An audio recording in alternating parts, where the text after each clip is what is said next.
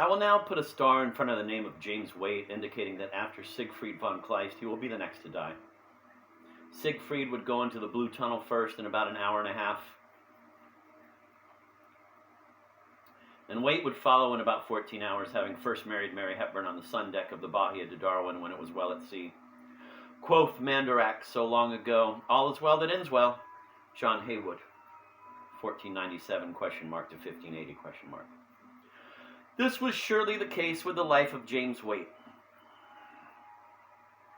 He had come into this world as a child of the devil, supposedly, and beatings had begun almost immediately.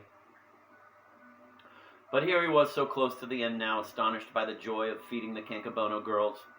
They were so grateful, and helping them was such an easy thing to do, since the bar was stocked with snacks and garnishes and condiments. The opportunity to be charitable had simply never presented itself before, but here it was now, and he was loving it.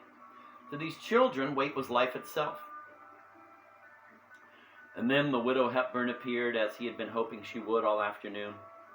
Nor did he have to win her trust. She liked him immediately because he was feeding the children. And she said to him, because she had seen so many hungry children on her way to the hotel from Guayaquil International Airport the previous afternoon, "Oh, good for you, good for you." She assumed then, and would never believe differently, that this man had seen the children outside and had invited them in so he could feed them.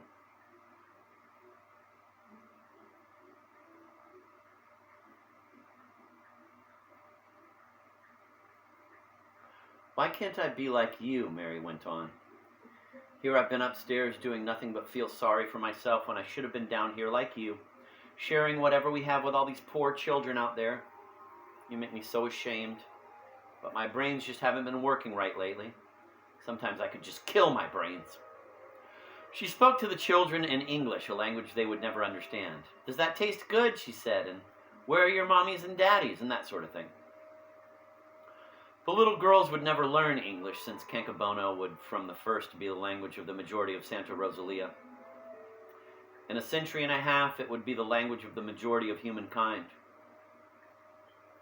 42 years after that, Cancabono would be the only language of mankind. There was no urgency about Mary's getting the girls better things to eat. A diet of peanuts and oranges, of which there were plenty behind the bar, was ideal. The girls spit out whatever wasn't good for them, the cherries and the green olives and the little onions. They needed no help with eating. So Mary and Waite were free to simply watch and chat and get to know each other. Waite said that he thought people were put on earth to help each other, and that was why he was feeding the children.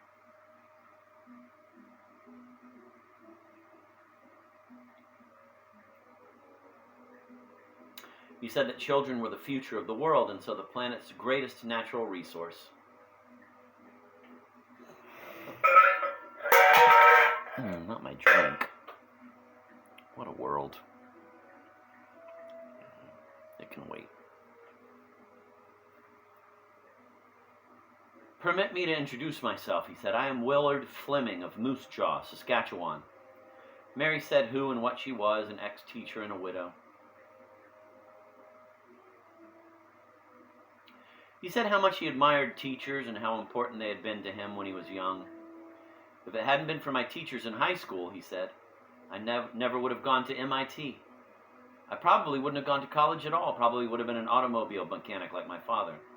"So what did you become?" she said. "Less than nothing, since my wife died of cancer," he said. "Oh," she said, "I'm so sorry." "Well, it's not your fault, is it?" he said. "No," she said. "Before that," he said, "I was a windmill engineer.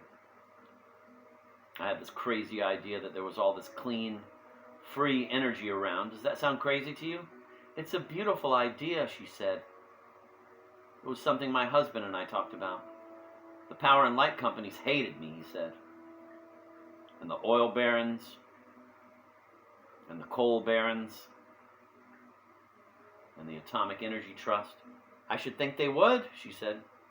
"They can stop worrying about me now," he said. "I closed up shop after my wife died, and I've been roaming the world ever since. I don't even know what I'm looking for. I very much doubt if there's anything worth finding. I'm just sure of one thing. I can never love again." You have so much to give the world, she said. If I ever did love again, he said, it wouldn't be with the sort of silly, pretty little ball of fluff so many men seem to want today. I couldn't stand it. I wouldn't think so, she said. I've been spoiled, he said. I expect you deserved it, she said. And I asked myself, what good is money now, he said. I'm sure your husband was as good a husband as my wife was a wife. He really was a very good man, she said. A perfectly wonderful man. So you're certainly asking the same question. What good is money to a person all alone, he said. Suppose you have $1 million. Oh, Lord, she said, I don't have anything like that. All right, 100,000 then. That's a little more like it, she said. It's just trash now, right? He said. What happiness can it buy? A certain amount of creature comfort, anyway, she said. You've got a nice house, I imagine, he said. Quite nice, she said. And a car, or maybe 2 or 3 cars and all that, he said. 1 car, she said. A Mercedes, I'll bet, he said. A Jeep, she said. And you've probably got stocks and bonds just like I do, he said. Roy's company had a stock bonus plan, she said. Oh, sure, he said. And an insurance plan and a retirement plan and all the rest of the middle-class dream of security. We both worked, she said. We both contributed. I wouldn't have a wife who didn't work, he said. My wife worked for the phone company. After she died, the death benefits, after they were all added up, turned out to be quite a bit. But they just wanted to make me cry. They were just more reminders of how empty my life had become. And her little jewel box with all the rings and pens and necklaces I'd given her over the years. And no children to pass it on to. We didn't have children either, she said. Seems we have a lot in common, he said. So who will you leave your jewelry to? Oh, there isn't much, she said. I guess the only valuable piece is a string of pearls Roy's mother left me. It has a diamond clasp. There are so few times I wear jewelry, I'd almost forgotten those pearls until this very moment. I certainly hope they're insured, he said. How people used to talk and talk back then. Everybody was going blah, blah, blah all day long. Some of them would even do it in their sleep. My father used to blather in his sleep a lot, especially after Mother walked out on us.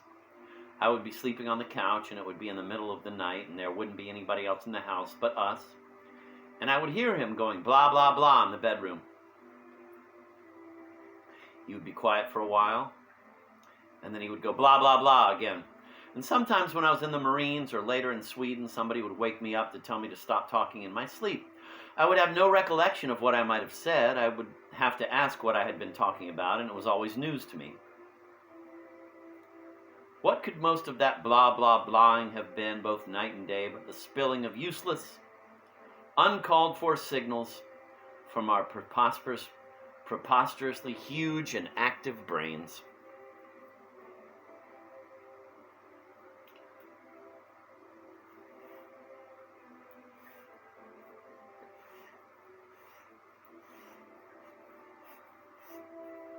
There was no shutting them down. Whether we had anything for them to do or not, they ran all the time. And were they ever loud? Oh God, were they ever loud?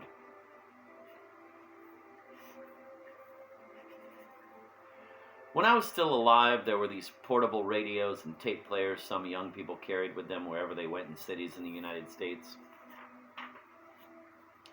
playing music at a volume capable of drowning out a thunderstorm. These were called ghetto blasters. It wasn't enough 1,000,000 years ago that we already had ghetto blasters inside our heads. What a fucking masterpiece this is. What a fucking masterpiece. It's a novel, and it's like talking directly to a genius.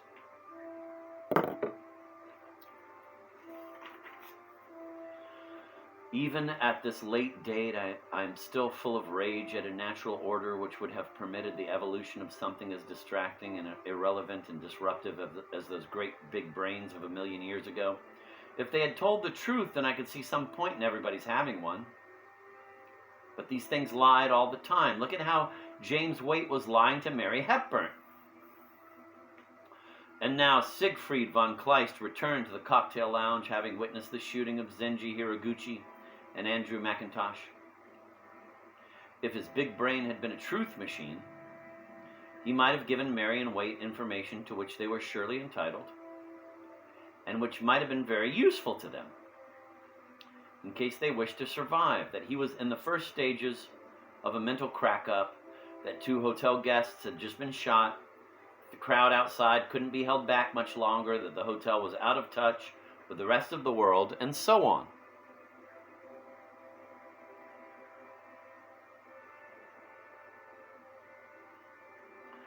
But no, he maintained a placid exterior.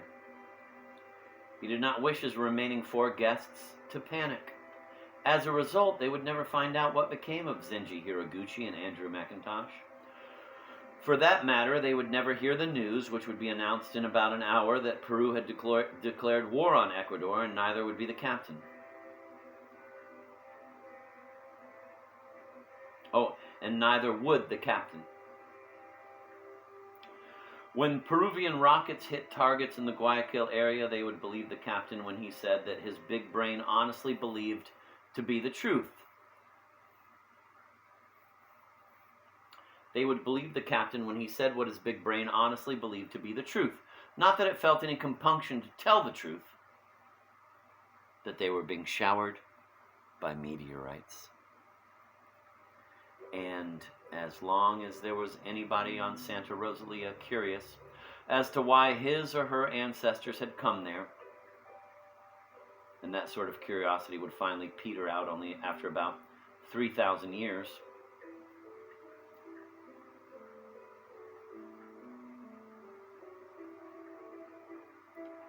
that was the story. They were driven off the mainland by a shower of meteorites. Quoth Mandarax, happy is the nation without a history. Cesare Bonassana, Marchese de Beccaria, 1738 to 1794.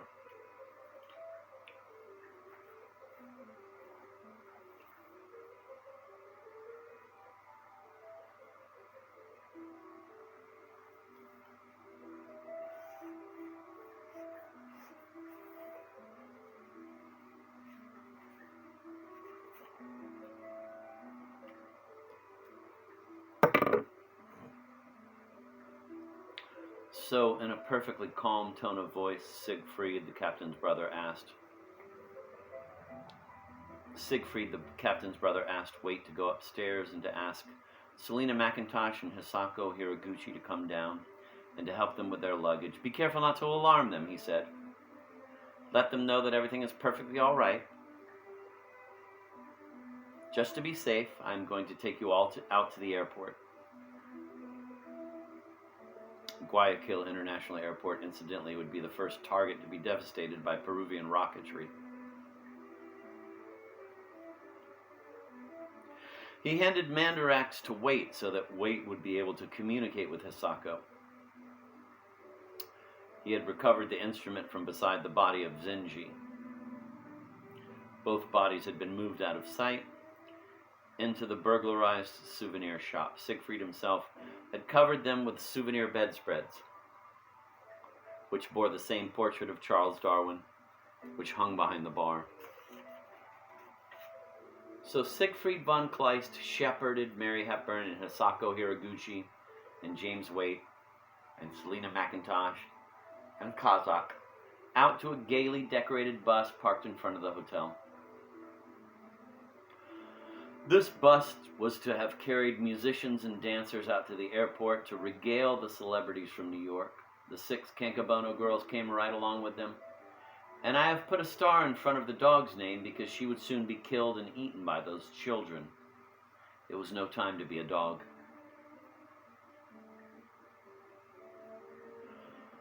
Selina wanted to know where her father was, and Hisako wanted to know where her husband was. Siegfried said that they had gone ahead to the airport. His plan was to somehow get them on a plane, whether a commercial flight or a charter flight or a military flight, which would get them safely out of Ecuador. The truth about Andrew McIntosh and Zenji Hiraguchi would be the last thing they heard from him before the plane took off, at which time they might still survive, no matter how frenzied with grief they became. As a sop to Mary, he agreed to take the 6 girls along. He could make no sense of their language, even with the help of Mandarax. The best Mandarax could do was to identify one word in 20, maybe, as being closely related to Quechuan, the lingua franca of the Inca Empire. Here and there, Mandarax thought it might have heard a little Arabic, too, the lingua franca of the African slave trade so long ago. Now, there is a big brain idea I haven't heard much about lately. Human slavery. How could you ever hold somebody in bondage with nothing but your flippers and your mouth?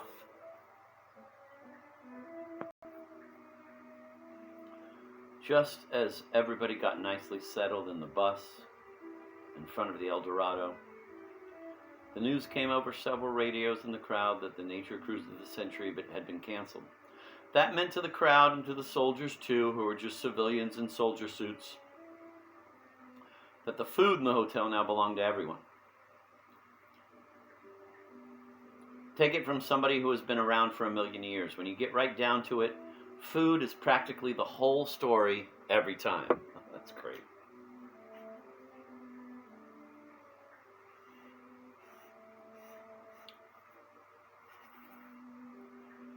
Quoth Mandarax, first comes fodder, then comes morality. Wow. Man cannot live by bread alone. That's Rick still talking. So there was a rush for the hotel's entrances, which momentarily engulfed the bus. Although the bus and the people in it were of no interest to the food rioters, they banged on the sides of the bus, however, and yelled, agonized by the realization that others were already inside the hotel and that there would be no food left for them. It was certainly very frightening to be on the bus. It might be turned over, it might be set on fire, rocks might be thrown, making shrapnel of window glass. The place for survivors to be on was on the floor in the aisle. Hisako Hiraguchi performed her first intimate act with blind Selena, instructing her with her hands in murmured Japanese to kneel in the aisle with her head down. Then Hisako knelt beside her in Kazakh and put her arm across her back. How tenderly Hisako and Selena would care for each other during the coming years. What a beautiful and sweet-natured child they would rear. How I admired them. Yes, and James Waite found himself posing yet again as a protector of children. He was sheltering with his own body the terrified Kankabono girls in the aisle. He had meant only to save himself if he could, but Mary Hepburn had grabbed both his hands and pulled him toward her so that they formed a living fort. If there was to be flying glass, it would bite into them and not into the little girls. Quoth Mandarax, greater love hath no man than this, that a man lay down his life for his friends. St. John 4 BC to 30, ? It was while Waite was in this position that his heart began to fibrillate, which is to say that its fibers began to twitch in an uncoordinated manner, so that the march of the blood in his circulatory system was no longer orderly. Here, heredity was operating again. He had no way of knowing this, but Waite's father and mother, who were also father and daughter, were both then dead of heart attacks which had struck when they were in their early 40s. It was a lucky thing for humanity that Waite did not live long enough to take part in the Santa Rosalia mating games. Then again, it might not have made all that much difference if people today had inherited his time bomb heart, since nobody would have lived long enough for the bomb to go off anyway. Anybody Waite's age today would be a regular Methuselah. Down at the waterfront, meanwhile, another mob, another fibrillating organ in the social system of Ecuador, was stripping the Bahia de Darwin not only of its food,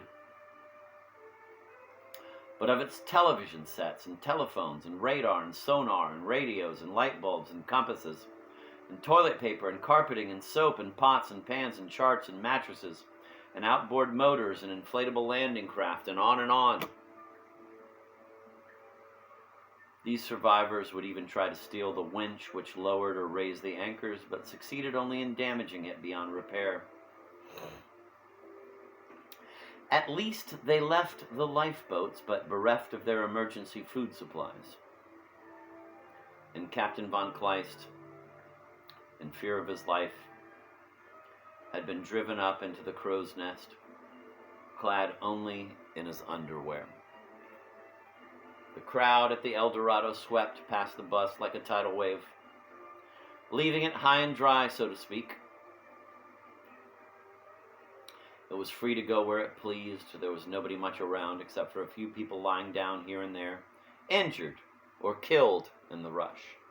So Siegfried von Kleist, heroically suppressing the spasms and ignoring the hallucinations symptomatic of Huntington's chorea, took his place in the driver's seat. He thought it best that his 10 passengers stay in the aisle where they were, invisible from the outside and calming one another with body heat.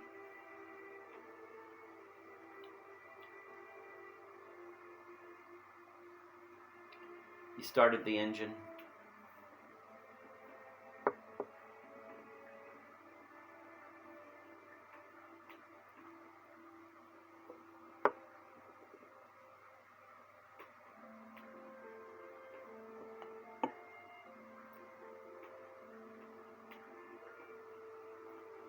And saw that he had a full tank of gasoline. He turned on the air conditioning. He announced in English, the only language he had in common with any of his passengers, that it would be very cool inside in a minute or two. This was a promise he could keep. It was twilight outside now, so he turned on his parking lights. It was at about that time that Peru declared war on Ecuador. 2 of Peru's fighter bombers were then over Ecuadorian territories, one with its rocket tuned to the radar signals coming from Guayaquil International Airport, and the other with its rocket tuned to the radar signals coming from the naval base on the Galapagos island of Baltra, lair of a sail training ship, 6 Coast Guard ships, 2 ocean-going tugs, a patrol submarine, a dry dock, and high and dry in the dry dock, a destroyer. The destroyer was the largest ship in the Ecuadorian Navy, save for one, the Bahia de Darwin. Quoth Mandarax,